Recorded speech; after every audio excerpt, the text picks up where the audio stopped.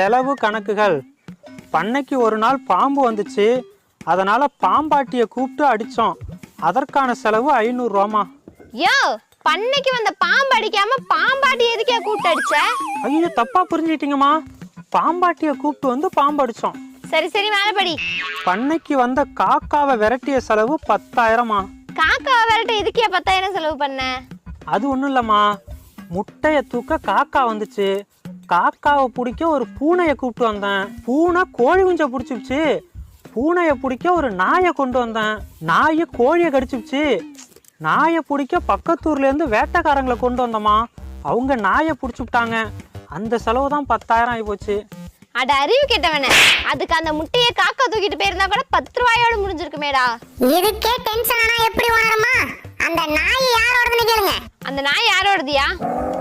அந்த வேட்டைக்காரங்களுக்கு தான்மா. பாத்தியாடி,